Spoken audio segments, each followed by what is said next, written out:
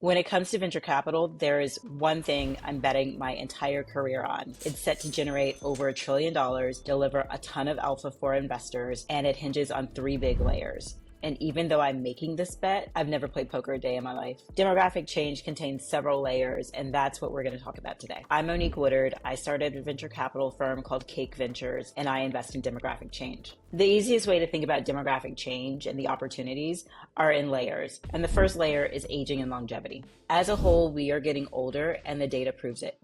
Brace for impact, because I'm about to throw some stats at you.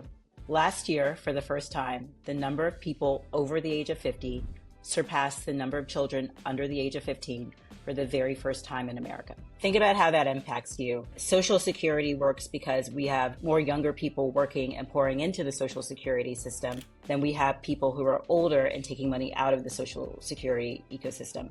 And so when the number of people who are older increases, that puts our entire Social Security system at risk.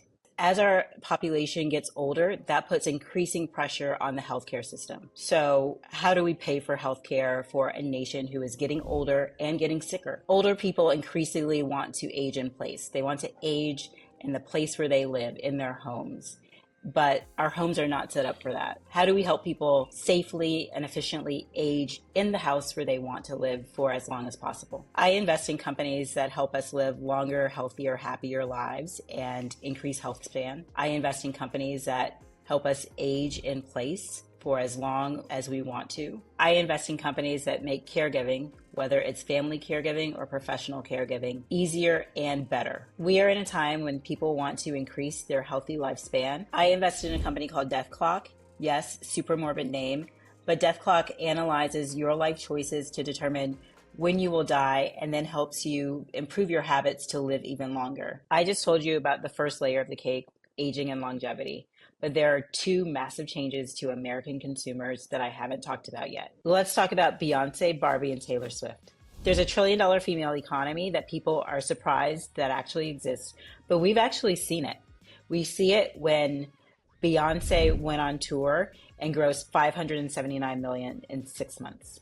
We saw it when Barbie made $774 million at the box office. And we saw it in Taylor Swift's Eras tour that had an estimated $5 billion global impact. In comparison, the 2025 Super Bowl recorded $800 million in ad sales, but that's 1/6 of an Eras tour. 1/6, and yet you're booing Taylor. It's not just the Taylor Swift of it all. Women are making decisions around financial management. They're making decisions around new consumer brands, and they're making healthcare choices, not just for themselves, but for the entire family. Today, American women control roughly $10 trillion in assets.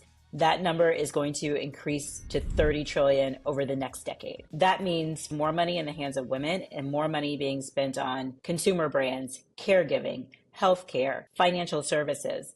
These are all important categories and all places where we're going to see women spending those dollars. It's a $1 trillion female economy. I'm an investor in a company called Pamper Nails. Pamper creates beautiful, customized press-on nails. Women spend millions of dollars on their nails, and Pamper caters to a primarily female consumer base. Consumer brands like Pamper grow on the activity of the female dollar.